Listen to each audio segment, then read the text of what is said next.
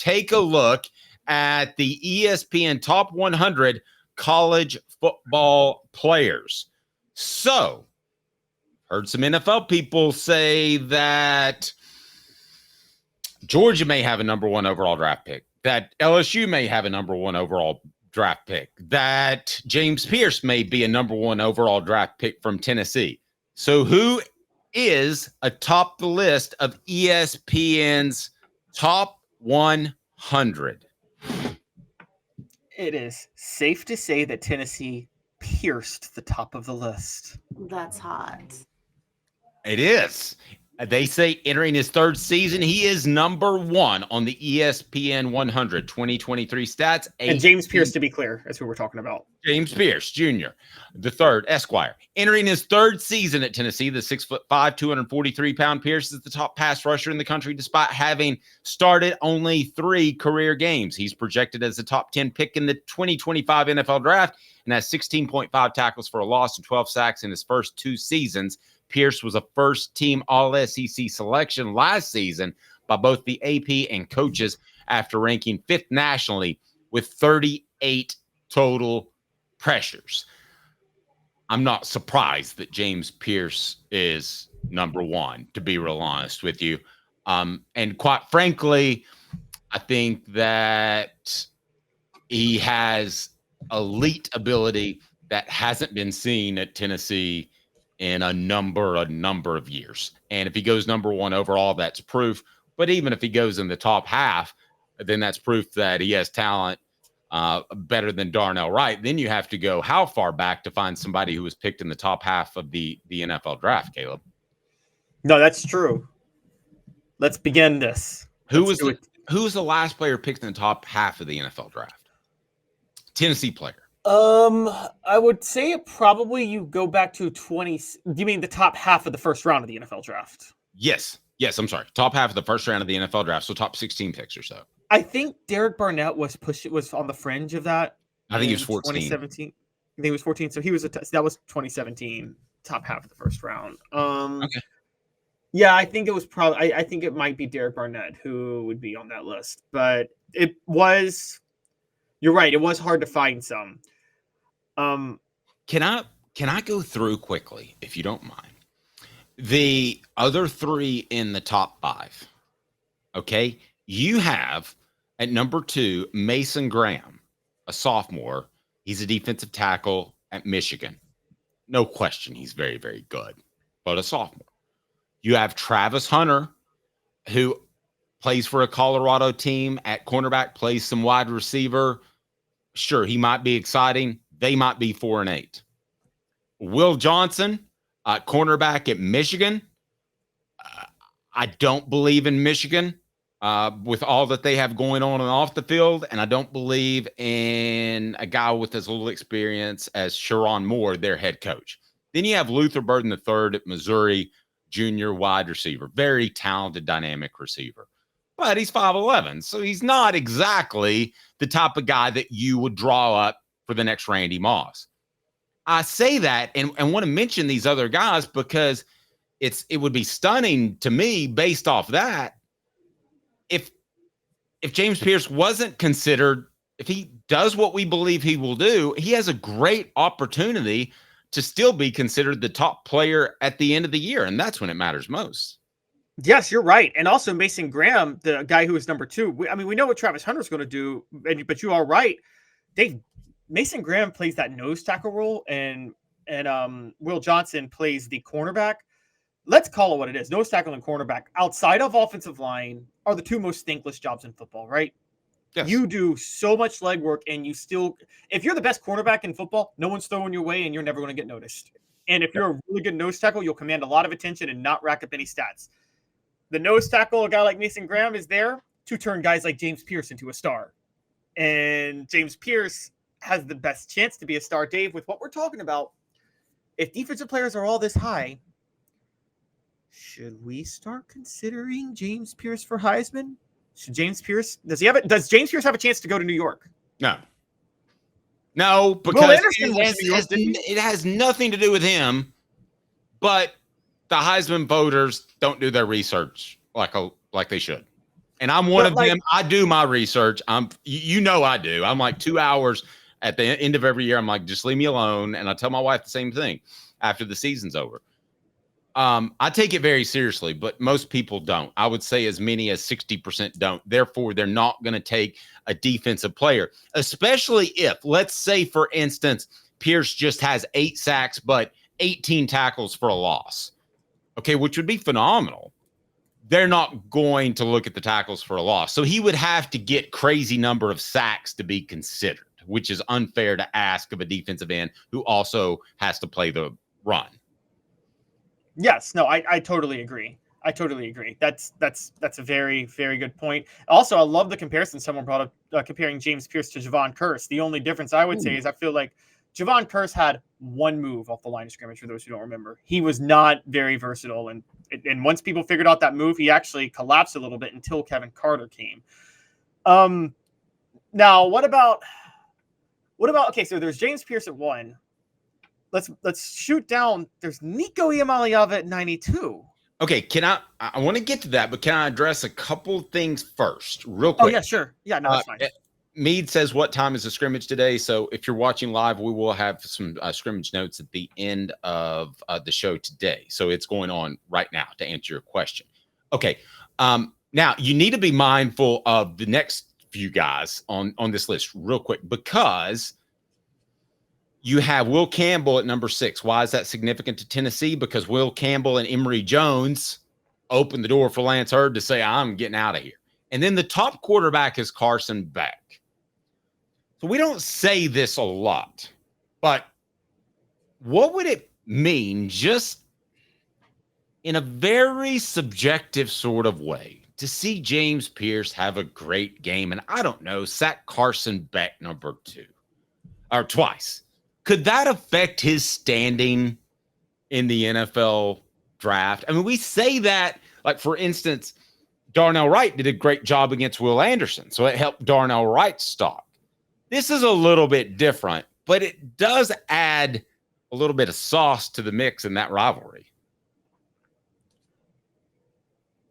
If that happens, it would be huge for James Pearce's stock, because this is true for awards. I will say this. I will go back on something I said. If he sacks Carson Beck twice and Tennessee wins that game against Georgia, yes, he will go to New York as part of the Heisman ceremony. Well, that's what I was going to say. It's not as true for the NFL anymore. I do think this. I think scouts and NFL work is done so heavily. I think a lot of times, Dave, they have their number 1 pick before the season even starts, and they're not going to get fooled by like individual performances week to week. Is that fair to say with the way NFL drafts work now? Award voters get fooled all the time, and they get fooled on when things happen. So if James Pearce does this, Dave, it's not just going to be that he did it. It's going to be that he did it in November, in the third to last week of the season, in front of the lights, in front of everybody. That, like, what if Tennessee and Georgia are playing to go to the SEC title now? That's irrelevant now because of the college football playoff, but it's still a thing. So what if they're playing to go to the SEC title, and Tennessee beats Georgia and finishes like 12-0 or 11-1, and James Pearce racks up like 3 sacks in that game, and it's the second to last week of the year? He's not only going to New York, that's a serious chance for a Heisman, right? Yes. Like, those are big ifs. Those are big ifs. And a defensive player is probably never going to win the Heisman again, because Charles Woodson embarrassed a lot of college football with the way he acted at the Walter Camp Award and other places. If a defensive player does win the Heisman, it would be from Tennessee, because people. Oh, is it sort of payback? Yeah, I got that. Yeah. And remember, Charles Woodson, why did he win the Heisman? His last regular season game before everybody turned in their ballots, what did he do? Punt return touchdown, interception, helped Michigan beat Ohio State to finish number 1 in the year. Like, it was like the perfect time. And if it's a defensive player too, I believe that it should be an edge rusher over a cornerback. If they were completely equal in my mind, I would go edge rusher. I think they affect the game more. Now, who are some young players who will be in this discussion next year? Brought to you by Medicare Misty. I remind you, regulated and licensed in over 40 states, and absolutely free advice from Medicare Misty. Who's going to be in this list next year when we discuss top honorees and top attention getters coming up in 30 seconds. 19 years this year. I've been in the community since 1993. You're getting a lot of information. Unlike when you were working, they made the choice for you. Now you have to make the choice. Come to us and let us help you make it easy. Call Medicare Misty, MedicareMisty.com or 423-777-5577. Let us help them sleep at night. And we call her Medicare Misty. One player that doesn't have to wait to be an upperclassman is redshirt freshman Nico Iamaleava. He comes in where, Caleb Calhoun? All the way down at number 92, guys. And I'm counting now, and there are like a good 10 to 15 quarterbacks. I'm thinking of roughly 10 to 15 quarterbacks on this list over Nico. Now, you think that's disrespectful? Yes, it's absolutely disrespectful. He's a redshirt freshman that's played one game, Caleb. Okay, they have James Pearce number 1, and he only started 3 games last year. Yeah, but he played a lot. I'm just saying, I'm sorry. This is some lazy scouting. Nico Iamaleava should already be in your top 5. He should already be in your top 5. I'm not saying you have to have him number 1. You don't have to project him the way I'm projecting him. But he should already be in your top 5. He shouldn't be down at number 92. I'm just going down the list of quarterbacks that have no business being ahead of him. Okay, he's 1 spot ahead of Avery Johnson. But, okay, what about this? A guy who didn't play much last year either, who didn't start. Miller Moss, the USC quarterback. What is Miller Moss doing ahead of Nico Iamaleava? He's going to go take over for Caleb Williams. How does he belong over Nico? I think Nico being on the list is a sign of respect in and of itself. When I talk top 100 players in college football, can you find me a redshirt freshman quarterback, which is the most important position on the field, or a freshman quarterback? There's not going to be a true one, but that rates above him. To me, this is a big time sign of respect for the Vols. Okay, we got to stop with the age, though. It's not the age. It's not the year. It's the starting experience you have. Miller Moss may be a junior to Nico being a redshirt freshman. That's really a 1-year difference. And they have the same starting experience. Hold on. You're the one that told me that Nico was too small to play last year. That's not experience. That's being in a college program and putting on weight. That counts for something. But what I'm saying is, Nico has been in the program for a year at the college level. Miller Moss has been at the college level for 2 years. They have the same amount of starting experience. Okay? So what I'm trying to say is that I don't understand how he could be ahead of Nico Iamaleava. Now, you got me with like Preston Stone at SMU, Riley Leonard at Notre Dame, Connor Wegeman maybe at Texas A&M. These guys all started significantly more. I'm saying you got to do a little bit of projection here with some players, all right? You can't have these guys all ahead of Nico just because they played last year and Nico didn't. I mean, Kaden Salter, okay, Brady Cook, okay, even though I think Nico will be better than Brady Cook this year. Cam Rising, okay. I mean, a lot of these I can get with. But I think you can't just go – this is why I hate the NFL films where they do the top 100 players every year that the players vote on. You ever notice the players just vote on who the best player was the most recent year? Yes. But yes. I don't have a problem with that, the recency bias. I'm not going to have a problem with recency bias this year if Nico Iamaleava gets invited to New York. That would be recency bias. You're not basing it off Carson Beck winning a championship. I'm saying these rankings take way too much of the previous season into account and don't take fluidity into account. And I'm saying because of that, Nico is getting overlooked. You don't have to put him top 5, even among quarterbacks. You don't have to take the leap of faith I'm taking. You got to take more of a leap of faith than number 92. And don't even get me started on the fact that nobody else from Tennessee is on this list. Okay. I do want to get you started on that. But first, I'm going to ask you this question. Nico will finish the season as the blank best quarterback in the SEC per QB rating. Now, that's important. Why? Because Josh Heupel's offense and QB rating are meant to go together because they throw a lot of long balls. So I've got he'll finish in QB rating number 1 number 2 after Carson Beck, or top 5 or outside the top 5, he's still a freshman. So I'm going to ask you that question on the poll on our YouTube page. So go ahead and vote now, and we would greatly appreciate it. And your thoughts on the message board. So I think I know where Caleb's going to go. Are you willing to give him the nod over Carson Beck, or do you want to tease that forward? Oh, I'll give him the nod over Carson Beck. And I'll tell you this, if he's not over Carson Beck, then I have Josh Heupel on the hot seat. Wow. Yeah, I really like Carson Beck. So we're going to differ on that pretty majorly. And maybe hot seat is a little strong. Portions of the program are, yes, go ahead.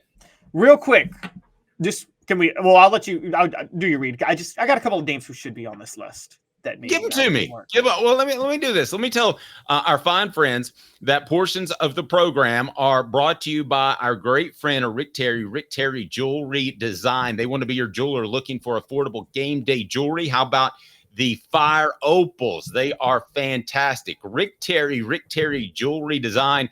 He wants to be your jeweler. A Tennessee tradition, truly, right there on Kingston Pike. And also, thanks to our good friend Rick Terry Jewelry Design, we're able to offer up Rick Terry's Great 8 Garmin Challenge. Get ready for Rick Terry's Great 8 Garmin Challenge, brought to you by Rick Terry Jewelry Design. All you have to do is subscribe to the station and be a member of Hooker's Corner. Now, you can be a free member, and I'm going to put that QR code up there right now. You can be a free member, and we may have a newsletter coming down the pike pretty quickly, but if you're a free member and subscribe to the channel, you can win a $1,000 Garmin watch to be given away to a lucky listener once we hit 8,000 subscribers, and that's right around the corner. You are welcome to join. Again, join Hooker's Corner for free, or and I should say, subscribe to the YouTube channel. Now, if you want to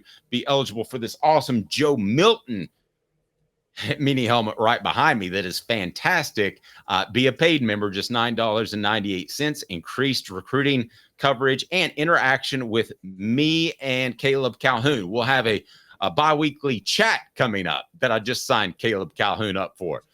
Have you been busy, Caleb? You got time for that? It's not like you got a baby and a full-time job here or anything. Hookers always love to chat afterward. That's right. Where's Cooper Mays? ESPN has him as a preseason All-American. Oh my gosh. You suck, you jackass. Not having How is Cooper Mays not on this list? That's stupid. That's stupid. And I just wanted to answer your question because you asked about some young players who could be on this list next year.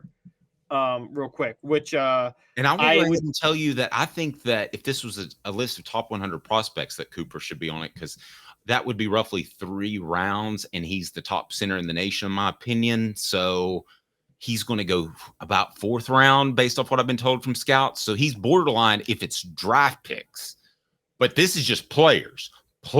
He should be like top 30. Absolutely. He should be top 30 among players. It's ridiculous that he's not. I'm glad you caught me, because that's a damn shame.